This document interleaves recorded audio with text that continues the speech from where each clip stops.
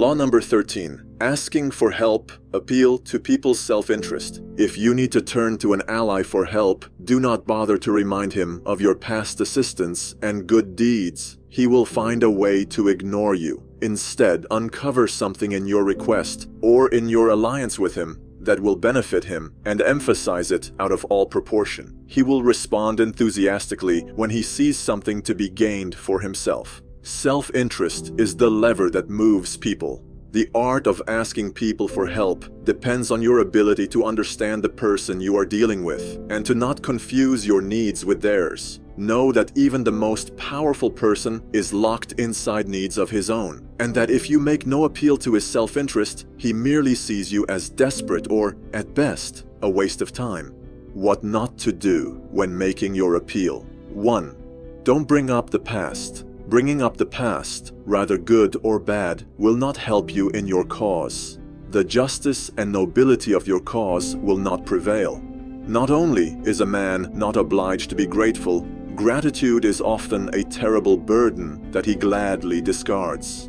It is best to speak pragmatically to pragmatic people. People rarely act against their own interests, as in the case of the Corsirans and the Corinthians, who were at the brink of war with one another. They both wanted to win over the Athenians as an ally, because to do so would surely win the war. Both sides were to send representatives to plead their case to the Athenians. The Corcyra representative could only offer one thing, and that was an alliance of mutual interests to create a formidable force that could intimidate the rival state of Sparta. The representative from Corinth only talked about their past relationship with Athens and went on to list the many services Corinth had performed for Athens and the importance of showing gratitude to one's friends. Needless to say, the Athenians were offended by the Corinthian ambassador by his subtle way of asking them to feel guilty about past generosities. The Athenians could have cared less and allied with the Corsirans.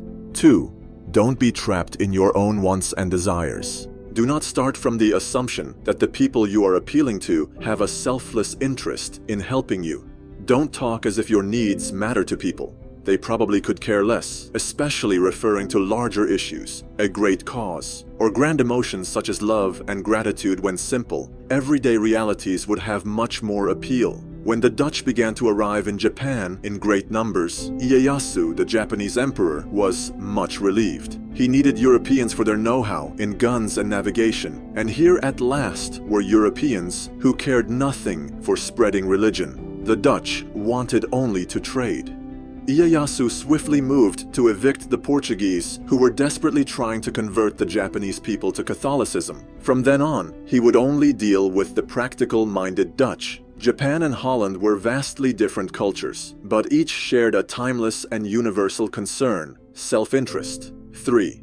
Don't confuse your needs with others. Once you make people see how you can in some way meet their needs or advance their cause, their resistance to your requests for help will magically fall away. At each step on the way to acquiring power, you must train yourself to think your way inside the other person's mind, to see their needs and interests, to get rid of the screen of your own feelings that obscure the truth. Master this art, and there will be no limits to what you can accomplish. The motivation is superiority. Believe it or not, there are people who are not motivated through cynical self-interests. These are people who thrive on opportunities to display their good heart. They prefer to be able to exercise charity, mercy, and justice, which are their ways of feeling superior to you. Because of their superior position, if you ask this person for help, you emphasize their power and position. The only requirement from you is that all of this is done in public. The more public, the better. It is truly their pleasure to give